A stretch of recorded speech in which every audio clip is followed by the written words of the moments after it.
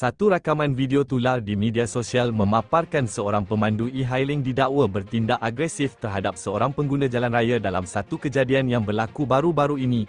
Berdasarkan klip berkenaan, pemandu tersebut dilihat keluar dari kenderaan sambil memegang sebatang kayu dan mengeluarkan kata-kata kesat.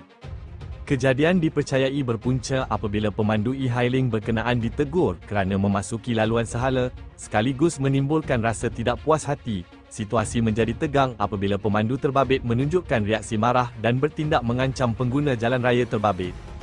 Orang ramai yang menonton rakaman tersebut meluahkan kebimbangan terhadap keselamatan awam serta menggesa pihak berkuasa menjalankan siasatan lanjut. Tindakan agresif di jalan raya bukan sahaja membahayakan individu terlibat, malah pengguna lain.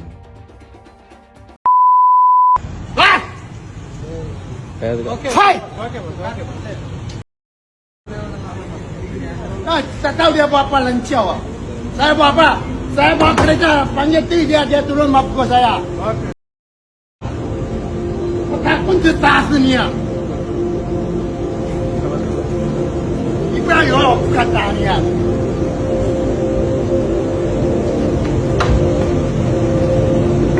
dia buat apa? Imam dia Cina. Dia Cina.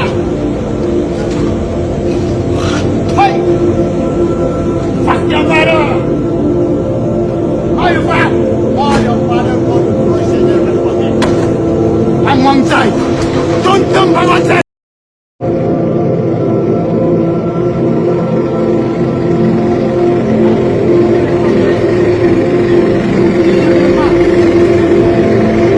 Nah ini ya, kereta plate ni. Sekahau mah. Jangan! Jangan buat ciban!